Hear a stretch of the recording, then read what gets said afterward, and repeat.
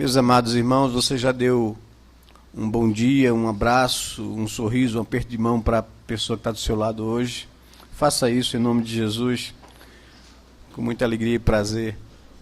É bom estar juntos na casa de Deus, com o povo de Deus, buscando a presença santa desse amado Redentor, desse Deus que não poupou esforços para dar a vida do seu Filho naquela cruz por nós.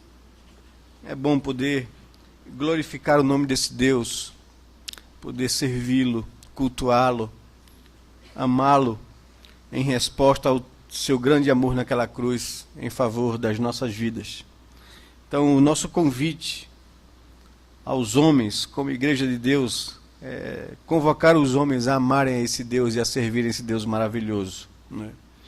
E o mundo vai ver em nós a paixão, o encanto, né, por esse Deus magnífico, que poderia deixar todos nós, a humanidade, na condenação, por ser um Deus justo. Mas ele também amou o homem de tal maneira que deu a vida do seu Filho. E entregou o seu Filho naquela cruz para nos resgatar da morte e da condenação. Nós devemos adorar a Deus, não somente porque Ele é Criador, mas porque Ele é Redentor, porque Ele nos amou, porque Ele fez algo por nós que, se não fosse isso, todos estaríamos perdidos. Ele deu a vida do seu Filho, aquilo que mais lhe importava, aquilo que mais era caro para Ele, Ele deu, por amor a mim e por amor a você. Que a gente possa entender isso e se deleitar em Deus, ter prazer nele, em cultuá-lo, em adorá-lo, em bendizer o seu nome. Que seja essa a alegria e a motivação do nosso coração estarmos aqui nessa manhã. Eu gostaria de convidá-los a que vocês pudessem abrir comigo a palavra de Deus no Evangelho de Mateus, no capítulo 5.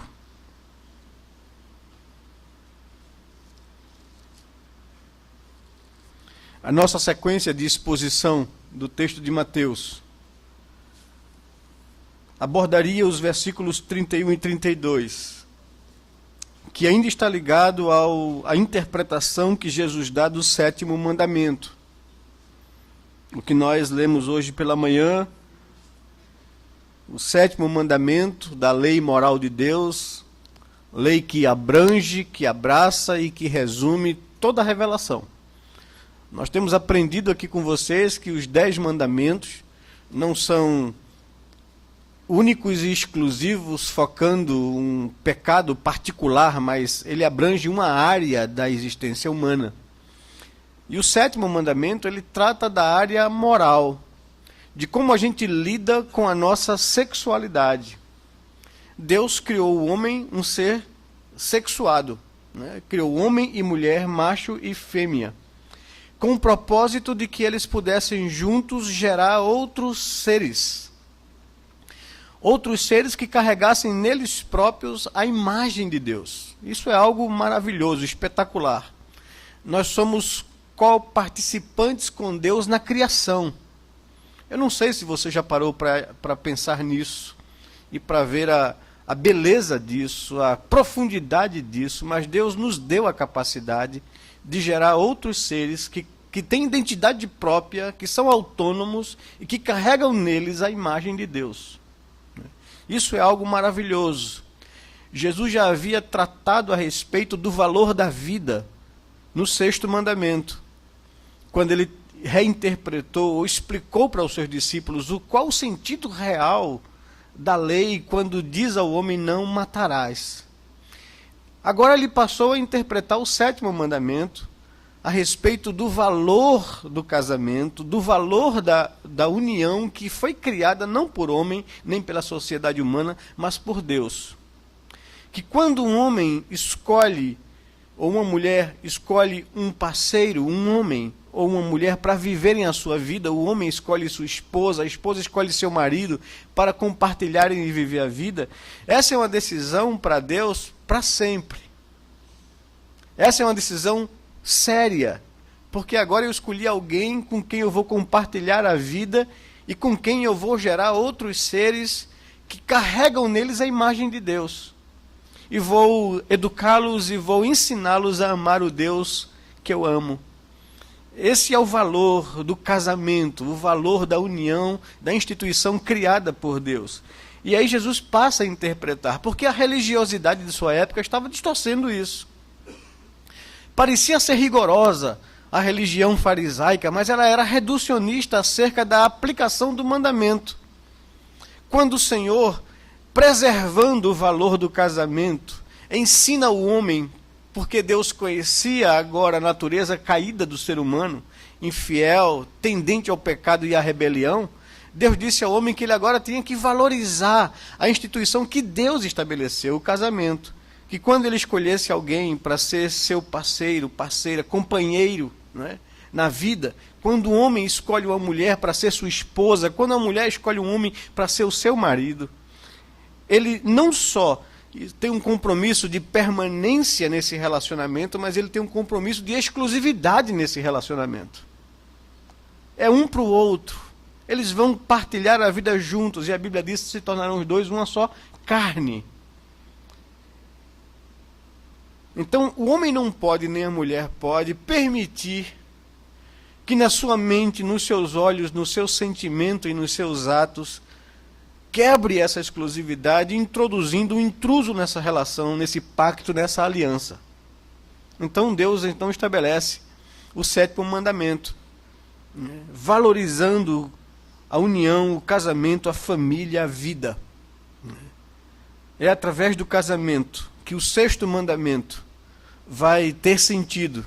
É na união de um homem e uma mulher que gera-se vida, que criam-se novas pessoas, à imagem de Deus. E então, os versos 31 e 32, do qual eu peço a vocês a permissão para não tratá-los nessa manhã, porque eu quero voltar ainda a um princípio estabelecido aqui por Jesus antes de interpretar as leis. O divórcio tem tudo a ver com relação de casamento, com a instituição da família, com a permanência da família, com a exclusividade da família. Então temos que entender bem esse assunto, porque ele está, como o casamento também tem sido hoje, ele está tratado com vulgaridade, com superficialidade, como se não tivesse valor, como se fosse algo comum a uma relação de casamento. Nós vamos estudar isso com muito cuidado para que a gente possa entender os princípios por trás do ensino de Jesus, aqui em Mateus capítulo 5, verso 31 e 32, e o capítulo 19, que é muito mais claro, ele abrange com muito mais precisão, com muito mais detalhes, o princípio do divórcio que está ligado ao 7º mandamento. Mas eu queria me ater hoje com vocês. Voltar um pouquinho para o verso 17, para o verso 18, onde Jesus responde a uma acusação, a uma difamação que lhe estava sendo feita pelos religiosos da época, tentando desmoralizá-lo, tentando desacreditá-lo diante das pessoas, dizendo que ele veio para desfazer a lei de Moisés ou o Antigo Testamento. E Jesus, então, respondendo a essa difamação e a essa acusação, ele diz: não penseis que eu vim revogar a lei ou os profetas. Não vim para revogar, vim para cumprir. Vim para dar preenchimento ou plenitude, ou sentido pleno à lei. Porque Jesus tinha consciência de que ele próprio era o ápice da revelação de Deus. João declara isso. No princípio era a palavra, a promessa de Deus. E ele se fez carne e habitou entre nós, e nós vimos a sua glória. Na primeira carta que ele escreve, ele diz: nós pegamos nele. Ele é o Logos de Deus, aquele que encarnou, a palavra que assumiu forma humana. E Jesus está dizendo exatamente isso. Eu não vim desfazer a lei fala a meu respeito. Todo o Antigo Testamento aponta para esse dia, para o Messias, para a vinda do Messias. Todas as leis do Antigo Testamento, né, se tornam plenas, ou têm seu sentido pleno na pessoa de Jesus. As leis morais, a lei moral de Deus, os 10 mandamentos, as leis cerimoniais que mostrava para o homem que ele era incapaz de cumprir perfeitamente a lei moral de Deus, e por isso ele precisava do sacrifício, de se chegar a Deus através do sacrifício. Eu sou a plenitude e o cumprimento da lei. João Batista olhou para Jesus e disse: eis aí o Cordeiro de Deus que tira de fato o pecado do mundo. O escritor de Hebreus diz que os sacrifícios do Antigo Testamento, o sangue de cordeiros, não tira pecado do homem, mas aquilo era um símbolo. As pessoas faziam por fé, crendo que Deus enviaria o seu cordeiro para morrer na cruz. O sangue dele era quem perdoava de fato o pecado. E as pessoas eram redimidas no Antigo Testamento por fé, por obedecer a Deus no rito da cerimônia do sacrifício, crendo que Deus enviaria o Messias. Eu sou a plenitude da lei. Tudo se cumpre em mim. Não pensem que eu vim revogar. Ao contrário, eu vim dar sentido, preenchimento, plenitude. Eu vim cumprir. Porque em verdade vos digo, até que o céu e a terra passem, nenhum i ou um tio jamais passará da lei até que tudo se cumpra. Aquele, pois, que violar um desses mandamentos, posto que dos menores, e assim ensinar aos homens, será considerado mínimo no reino dos céus. Aquele, porém, que os observar e ensinar, esse será considerado grande no reino dos céus. E aí Jesus estabelece um princípio áureo aqui, que faz a diferença entre um religioso, por mais rigoroso que ele possa parecer na sua prática religiosa, e um discípulo. Ele diz no versículo 20, porque vos digo que se a vossa justiça, se a vossa prática dos princípios de Deus não excederem muito a dos escribas e fariseus, jamais entrareis no reino dos céus. Esse é o princípio de Jesus estabelecido para que a gente possa observar. Então, o motivo de eu ter dado uma parada na continuação da exposição dos versículos 31 e 32 de Mateus capítulo 5, é que eu gostaria de chamar a sua atenção para que a gente colocasse novamente os olhos em cima desse princípio e aplicasse aqui a primeira tábua da lei.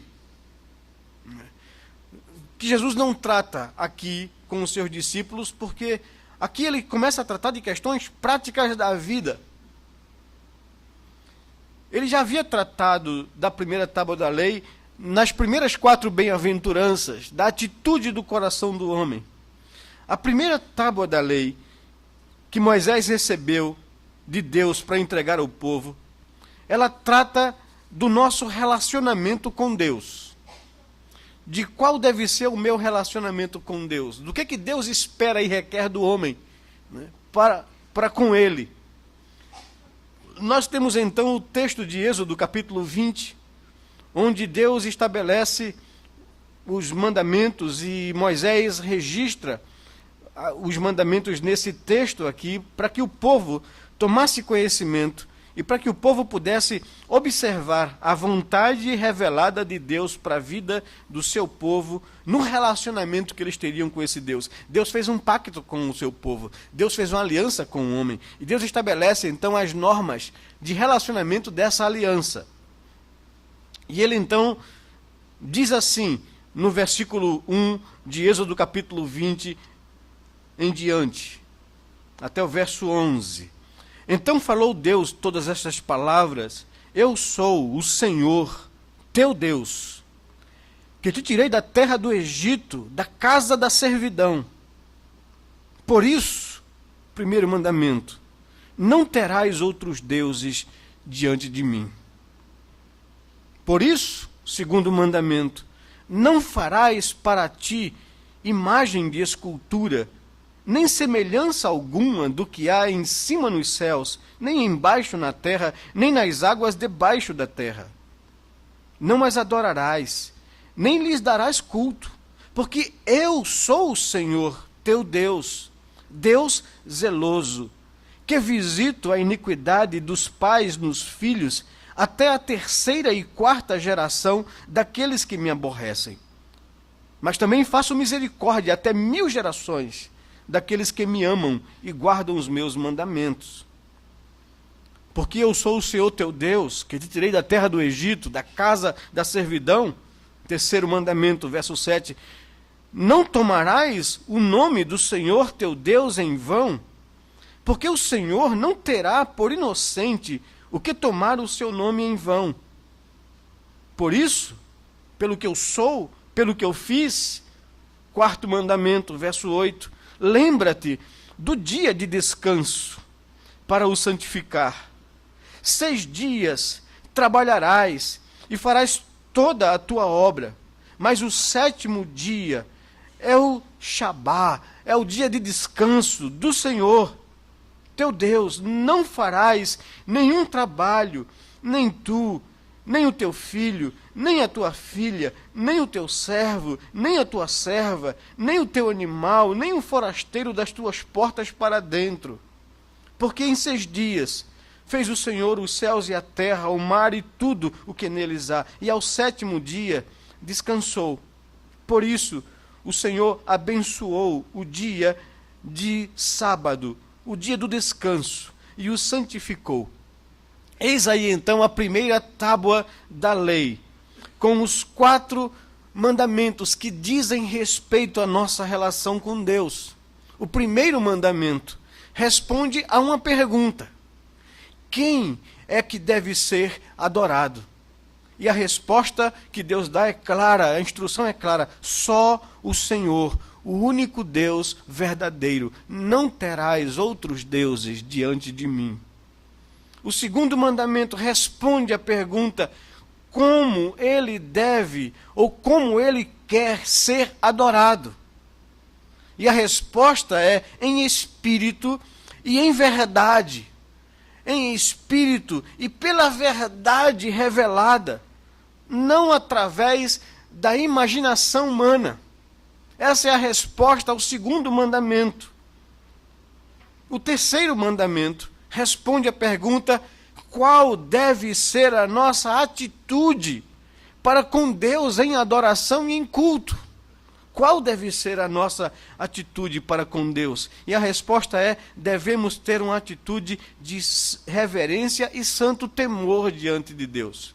E aqui é importante a gente fazer uma distinção clara, porque a mente do cristianismo protestante brasileiro, ela é tremendamente evangélica na compreensão do que significa culto. E há uma confusão de fato nas nossas mentes, porque a minha vida deve ser um culto a Deus. Essa é uma verdade que o princípio de Romanos capítulo 12, versículo 1 e 2 nos deixa claro, né?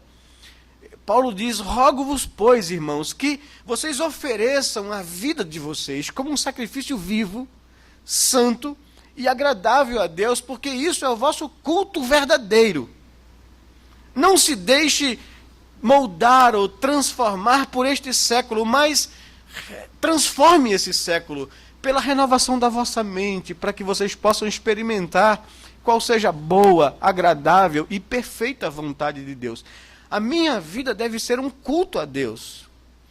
Quer eu coma, quer eu beba, quer eu faça qualquer outra coisa, eu deveria fazê-lo para a glória de Deus, para que o nome dele seja glorificado e exaltado. Essa é a razão de ser da vida humana. Deus criou o homem para a sua glória. E nós devemos viver para a glória do Senhor. Mas Deus, no princípio da criação, ao criar todas as coisas e ao terminar a criação, no 7º dia, ele parou para contemplar e ter prazer naquilo que ele fez. E ele disse que tudo que ele fez era muito bom. E ele então, por causa disso, separou exclusivamente um dia, para que o homem pudesse parar a vida, para poder, juntamente com Deus, contemplar a criação, agradecer a Deus, porque Ele é o Criador, e Ele é o mantenedor da vida. Ele então estabelece isso como um princípio antes de qualquer coisa. Deus separou um dia para ser santo, ou seja, exclusivo. E ele convida o homem a gozar a sua presença nesse dia exclusivo, a parar de fazer todas as coisas que faz normalmente, para poder experimentar Deus, deleitar-se em Deus, ter o mesmo prazer que Deus teve quando olhou para a sua criação, adorar, contemplar, ter comunhão com Deus. Esse é o princípio, não é? Então, há um dia exclusivo onde Deus pede ao seu povo para, juntamente com ele, na sua companhia e presença, cultuar, adorar, agradecer. Esse dia exclusivo, ele não é negociado, ele está na lei moral de Deus. Ele não é relativo. Ele é absoluto, como todos os outros mandamentos. Então, eu devo viver a minha vida para adorar a Deus e cultuá-lo no meu dia a dia. Mas eu devo entender que Ele me chama, me convida, me convoca para que um dia da minha vida eu consagre exclusivamente a Ele em culto. E tudo isso, no Antigo Testamento, apontava e teve seu sentido maior quando a queda aconteceu. E quando Deus estabeleceu isso como um princípio claro na sua lei, para que o homem pudesse entender, e o Israel começou a perceber isso, que o dia de descanso não somente pensava num dia entre 7 na semana, mas também apontava para o dia em que Deus cumpriria na pessoa do Messias a sua promessa. Ele viria para tirar de sobre o peso da humanidade, o fardo da condenação e do pecado.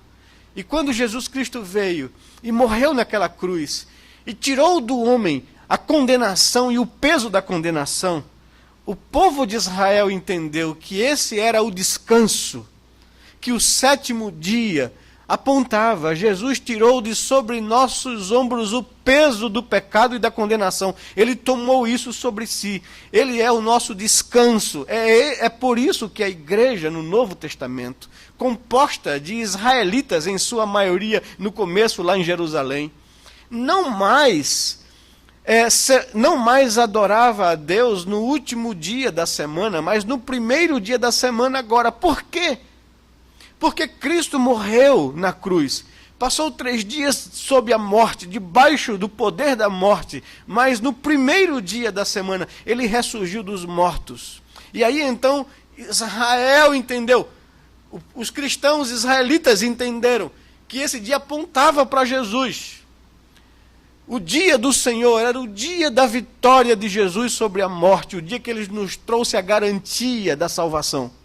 E o povo de Israel, então, a igreja do Novo Testamento, começou a adorar o Senhor naquilo que eles passaram a chamar do dia do Senhor, do dia da vitória do Cordeiro, do dia em que Deus tirou de sobre os nossos ombros o fardo da condenação e do pecado. É o dia de descanso. O sábado, ou o Shabá, no hebraico, descanso, tinha o seu sentido e cumprimento pleno na ressurreição de Jesus, no primeiro dia da semana. O dia que apontava para uma nova criação, como Efésios capítulo 2, versículo 10 nos diz. E eles começaram a adorar então, nesse dia, no dia da ressurreição do Cordeiro, o que eles chamaram do dia do Senhor, que no nosso calendário tem nome de domingo. O domingo não é um dia santo porque é domingo, é um dia santo porque é o dia do Senhor. Na América do Norte, esse dia é chamado de Sunday, o dia do sol. Não é? Mas para os cristãos, não é esse dia, com a nomenclatura que ele tem, até não cristã, não é? Não é esse dia que é exclusivo. A igreja sabe. Eles chamam do Lord's Day, do dia do Senhor. O dia da vitória de Jesus sobre a morte. É esse Deus que se manifestou com misericórdia e graça e que se revelou para o homem. É esse Deus que nos convida a nos relacionarmos com Ele e nos entrega a maneira como Ele quer ser adorado, como Ele quer ser cultuado, como Ele quer ser servido pelo homem. É esse senso que eu preciso ter com relação a Deus. Único Deus verdadeiro, único Senhor. E Deus é claro no Antigo Testamento: eu não divido a minha glória com ninguém. Antes de mim não houve Deus. Depois de mim não haverá Deus. Eu sou o único Senhor e não divido a minha glória. Deus requer do ser humano prioridade. É isso que o primeiro mandamento quer nos ensinar. Quando eu coloco qualquer coisa, pessoa, sentimento, objetivo, prioridade na frente de Deus, eu criei um Deus para a minha vida. Deus não está pensando aqui apenas e tão somente em questão cultica ou religiosa, quando entrega o primeiro mandamento. Nós temos aprendido aqui com vocês da amplitude dos mandamentos, que os mandamentos não se reduzem a algo só. Seria um erro, uma tolice, cometida até por algumas religiões, de achar que o quarto mandamento está única e exclusivamente se relacionando a um dia na semana. Nós já temos entendido que ele apontava para a plenitude da promessa de Deus, é Jesus Cristo, é a ressurreição, é a vitória sobre a morte. Esse dia é amplo, ele aponta para isso, por isso ele não é negociável. Somente Deus é quem deve ser adorado. Ele é o único Senhor, o único Deus verdadeiro. E quando o homem, e o pecado da humanidade, a gente precisa entender isso de forma muito clara. O pecado, a queda da humanidade, não é a prática de isso, daquilo ou daquilo outro, meus queridos. O pecado da humanidade, aos olhos das pessoas, parece ser algo muito simples. O homem resolveu não mais depender de Deus. Foi isso que lhe foi proposto no Éden. Olha, Deus sabe que se você comer isso, que Ele está dizendo que você não coma, Ele sabe que você vai se tornar como Ele. Então Ele não quer isso, por isso Ele te deu essa ordem, te colocou esse medo. E o que foi a decisão do homem? A decisão do homem foi: eu não quero viver a minha vida dependendo de Deus. Eu quero chamar a minha vida para mim, eu quero depender de mim, das minhas próprias decisões. Por isso o homem lançou mão do fruto que Deus disse que ele não tomasse. E ele tomou para si o controle da sua vida. Ele se fez o seu Deus. Eu não quero depender de ninguém, eu quero depender de mim, da minha decisão, das minhas vontades, dos meus projetos pessoais. É esse o pecado de Adão, é esse o meu pecado, é esse o seu pecado, é esse o pecado da humanidade. Nós dissemos não para Deus. Eu dou conta da minha vida. Eu acho que eu sei fazer melhor. É esse o pecado manifesto na atitude cultica de Caim, quando disse: não, Deus, eu não quero sacrificar. Meu irmão, se quiser, vai, mas eu não quero, eu tenho algo melhor. Por que eu vou matar um animal? Por que eu vou derramar o sangue de um animal? Isso é estranho. Não vou matar o bichinho. Eu sou ecologicamente correto. Eu prefiro lhe dar uma melancia orgânica. É esse o discurso. É essa a mentalidade, é esse o raciocínio de Caim. E Deus disse não. Não aceitou Caim nem a sua oferta. E quando Caim se chateou porque Deus não aceitou a sua oferta, o seu culto, e vale salientar que cronologicamente o texto nos diz que a iniciativa de prestar culto a Deus naquele momento era costume deles, evidentemente, mas na narrativa do texto foi Caim quem foi prestar um culto a Deus no final da semana de trabalho. Esse é o sentido que está lá e não é tão claro em português. Quando diz que no final de algum tempo. Não, no final da semana de trabalho. obedecendo o princípio que Deus estabeleceu na criação, que ele aprendeu dos seus pais. A vida toda, eles foram prestar culto que era devido a Deus. Caim toma essa atitude, evidentemente. Abel, por sua vez, segue o exemplo do irmão. O irmão mais velho como modelo para o irmão mais novo. Tudo correto. Mas a atitude do coração de Caim quebrava o segundo mandamento. Deus disse que ele é o único Deus que deve ser adorado, mas Deus disse como ele quer ser adorado.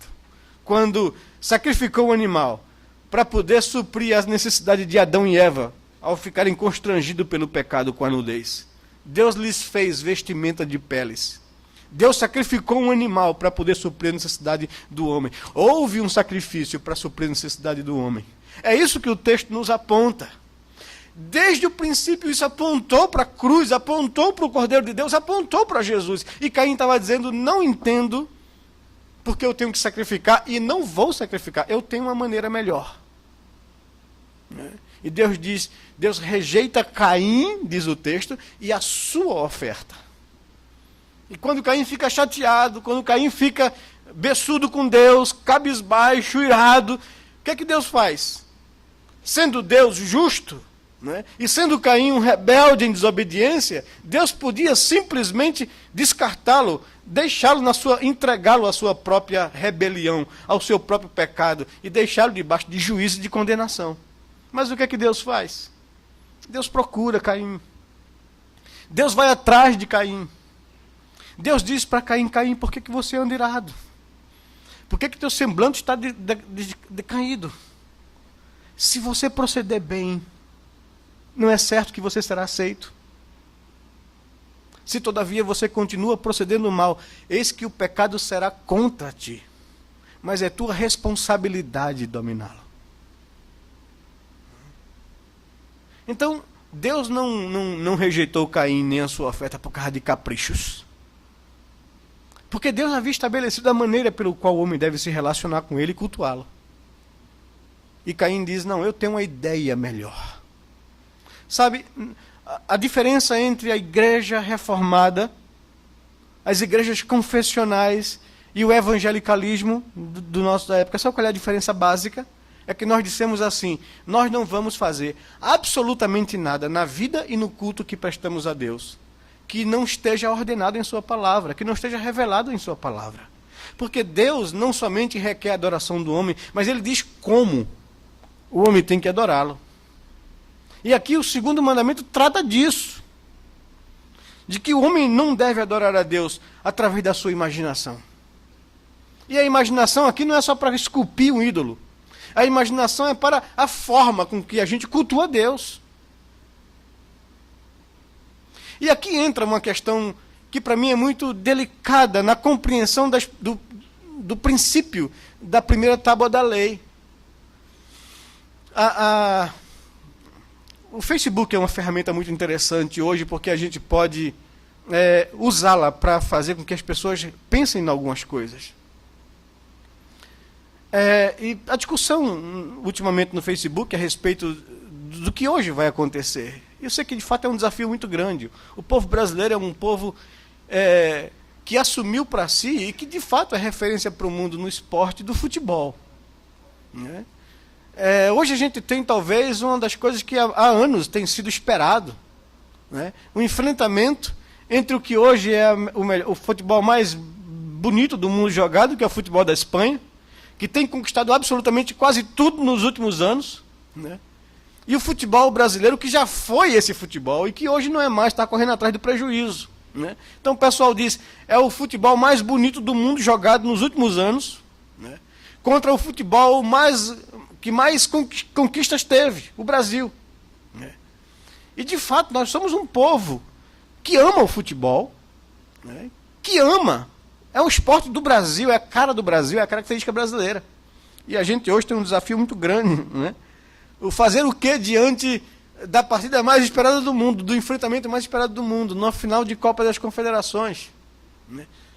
Brasil contra a Espanha contra o Brasil, no que chamam do templo, né, do futebol, o Maracanã. Né? O que é que eu faço? Né? Algumas pessoas já estavam aí no Facebook, vem igrejas que estavam anunciando assim, uma pessoa anunciando, e aí é muita discussão, avisando para todo mundo que o culto da nossa igreja foi mudado para as 17 horas. Né? Como se fosse uma coisa muito, né, boa, dinâmica. Claro que Deus não estabeleceu horas de culto. Mas nós, e as igrejas têm hora de culto. A grande questão não é mudar o horário do culto. A grande questão, o que está por trás do princípio é o primeiro mandamento. Quando alguma coisa é atrativa, e de fato é alguma coisa atrativa para a gente ama isso, a gente é o país de futebol. O Brasil vai jogar, pastor. O que é que tem, pastor, a gente mudar o culto? Né? O que é que tem? O que está em jogo? O que é prioridade na minha vida? A vida toda, a igreja cultua a Deus nesse horário. Então, qualquer modificação que a gente faça, a gente está dizendo o seguinte para as pessoas, para vocês. A gente está dizendo, olha, cultuar a Deus é bom, a gente faz isso mas não é todo dia que tem jogo da seleção brasileira com a Espanha. Então vamos fazer aqui uma modificação, vamos priorizar o jogo da Espanha. Deus pode ser modificado do horário, do lugar que a gente cultua ele, por causa dessa prioridade. E o primeiro mandamento aqui é claro com relação a isso. Isso não é negociável, isso não é relativo. Não terás outros deuses diante de mim. Absolutamente qualquer coisa, pessoa, projeto que você colocar na frente de Deus, né, para você se tornou o Deus. Nós vivemos numa sociedade, e todos nós sabemos disso, só é você colocar isso na prática. Uma sociedade que vai de encontro a Deus e as suas coisas. A sociedade humana está em rebelião contra Deus. O mundo jaz no maligno. E o diabo é o príncipe desse século. É ele quem administra, é ele quem manuseia, é ele quem influencia o mundo, a sociedade humana. Para que a sociedade humana, dia a dia, momento a momento, vá quebrando os princípios de Deus.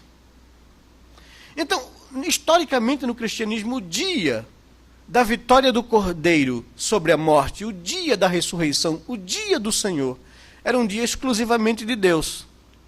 Mas da revolução industrial que aconteceu na Europa, em rebelião contra a religião e contra Deus, vem se acelerando cada vez mais contra o conceito desse dia. E já tentaram enfrentar isso de frente. A Revolução Francesa já tentou quebrar esse conceito para colocar um descanso a cada 10 dias de trabalho. Não deu certo, não funcionou.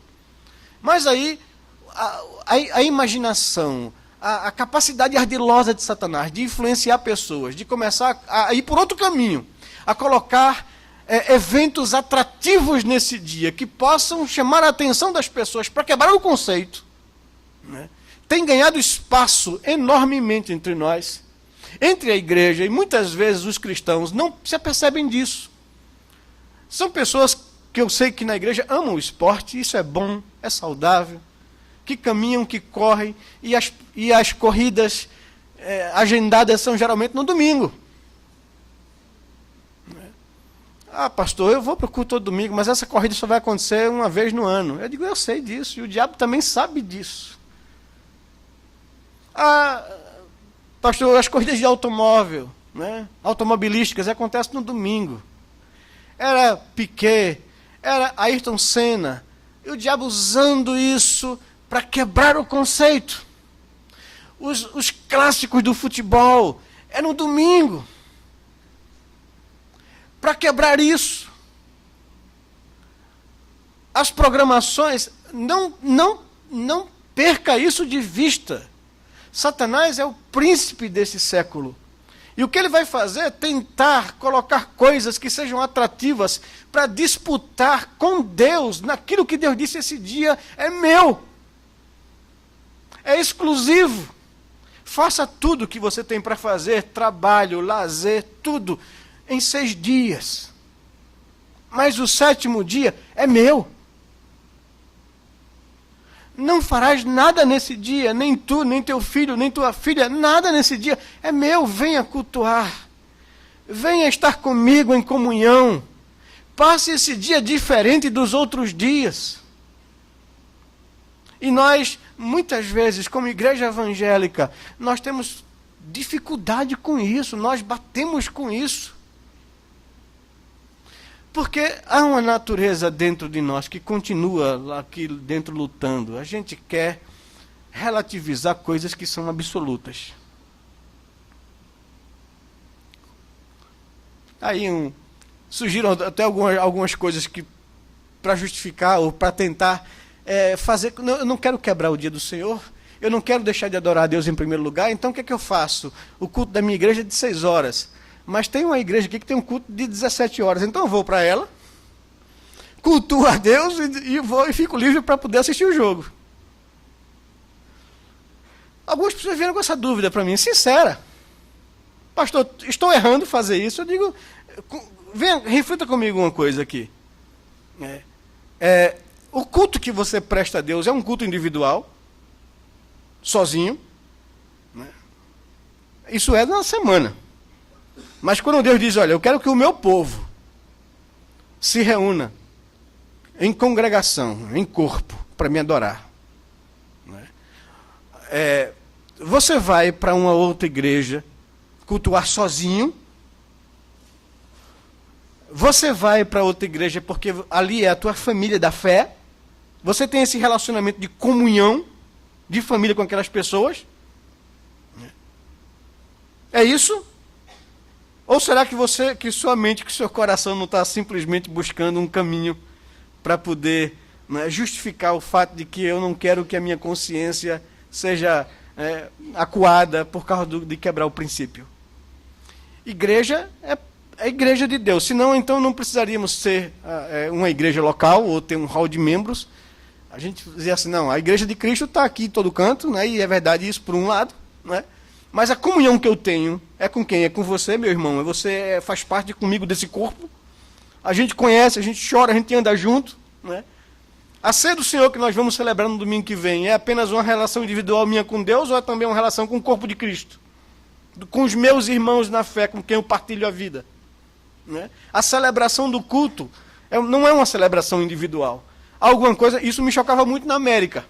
Né? Porque na América, na procura de igreja que a gente tinha lá com a família, o que às vezes me passava a impressão é que as pessoas vão se reunir congregacionalmente para adorar individualmente. Perde o sentido de corpo, de família de Deus, de meu irmão. Não é? Perde isso. E é uma coisa que a gente precisa entender e quebrar. Muitas vezes a gente vem para a igreja, senta aqui, presta o culto a Deus, sai e vai embora, nem olha de lado. Isso não é culto a Deus. Você está aqui, não é para prestar um culto individual, então faça isso na sua casa. Mas quando Deus pede que o seu povo se reúne e se congregue, é para que a gente tenha essa relação de comunhão em Cristo, né? De família, de corpo. É minha relação com Deus, juntamente com meus irmãos. A ceia do Senhor é isso. Eu celebro o que Cristo fez por mim, mas eu celebro o corpo dele aqui como igreja.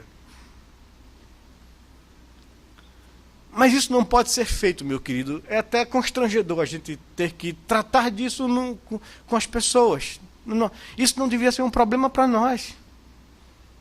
Por entender que Deus é o meu Deus, é a minha prioridade, eu não negocio isso. Aí já aconteceu algo problemático aqui com a gente, com relação ao jogo da Espanha aqui, que muitas pessoas foram assistir o jogo e não vieram para o culto. Eu não sou o tipo da pessoa que quer constranger a consciência de ninguém, porque isso não vale para Deus. Deus conhece o coração, Ele quer que a gente preste um culto voluntário a Ele. Mas se eu não entender o princípio, eu não vou conseguir.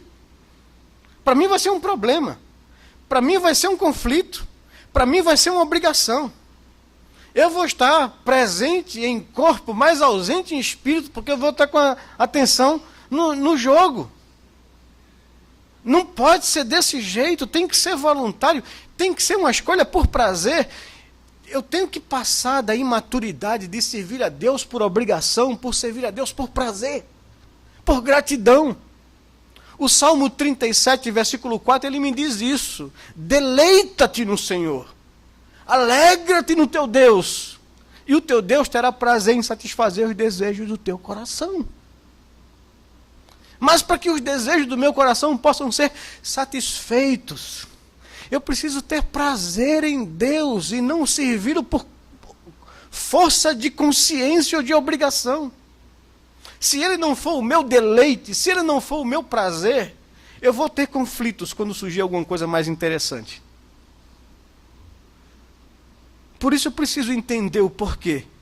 Quando Deus entrega a lei, ou essa primeira tábua da lei, ele antes diz uma coisa. Ele antes introduz. Ele antes diz, eu sou o Senhor. Eu sou o Senhor soberano sobre todas as coisas. Fui eu quem criei todas as coisas. Sou eu quem mantenho todas as coisas. E esse Senhor soberano sobre todas as coisas é o teu Deus. Eu resolvi ser teu Deus. Eu me revelei a você com graça. Jesus disse para os seus discípulos, olha, eu não quero um relacionamento com vocês de senhor e servo. Porque o servo não sabe o que quer o seu senhor, o que pensa o seu senhor. Eu quero considerar vocês como amigos. Pessoas íntimas, amadas. Eu quero que vocês se relacionem comigo não porque eu sou o Senhor, mas porque eu sou amigo. Deus me vê como amigo. Eu preciso ver Deus como meu amigo, como aquele que me amou, como aquele que se aproximou de mim, como aquele que me amou particularmente. E é isso que ele diz ao povo de Israel: eu, o Senhor, sou o teu Deus. Eu sou o Senhor que te tirei da terra do Egito, da casa da escravidão. Eu sou o Deus que dei a vida do meu filho para tirar você da condenação. Eu te libertei de uma eternidade de sofrimento.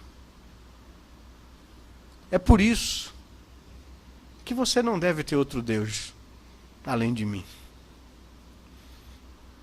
Deus propõe uma relação de deleite, de intimidade, de amor. É uma relação de misericórdia para comigo. Porque o que eu mereço é condenação. Mas o que Ele me dá é amor. Deu aquilo que é mais importante na vida dele para mim, o seu filho. Por isso ele diz, você não pode ter outro Deus além de mim. Você não pode ter outra prioridade além de mim. Você precisa me servir por alegria, por gratidão, por deleite. Se eu não for o prazer da sua vida, então vai ser a final da seleção brasileira com a Espanha. Vai ser a corrida da Fórmula 1. Vai ser a corrida que fizeram para que você corra 10, 15 quilômetros, 20 quilômetros. Vai ser qualquer outra coisa. E quando você é pai, diz, não, eu quero dar ao meu filho a oportunidade de ver um jogo. E você leva o seu filho. Você está dizendo ao seu filho, sabe o quê? Que filho, a gente cultua a Deus, a gente vai para a igreja, mas tem momentos que tem outras coisas que são mais importantes. E depois, quando você perder o seu filho, que vai crescer, que vai pensar por ele mesmo, e que vai considerar que há coisas mais importantes do que Deus, e ele tomar decisões baseadas nesse princípio, não bote a mão na cabeça para dizer o que é que eu ensinei para o meu filho. Onde foi que eu errei, né? Um personagem dizia isso. Você errou muitas vezes, não na palavra, mas na atitude. E a pastoral que eu trouxe no boletim é para você refletir sobre isso. Eu acho que é um bom teste para a gente. Para quem não gosta de futebol, não é problema nenhum. Mas para quem gosta, é um teste desafiador. Né?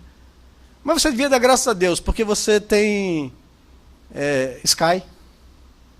Né? Você pode até gravar. Pode depois assistir.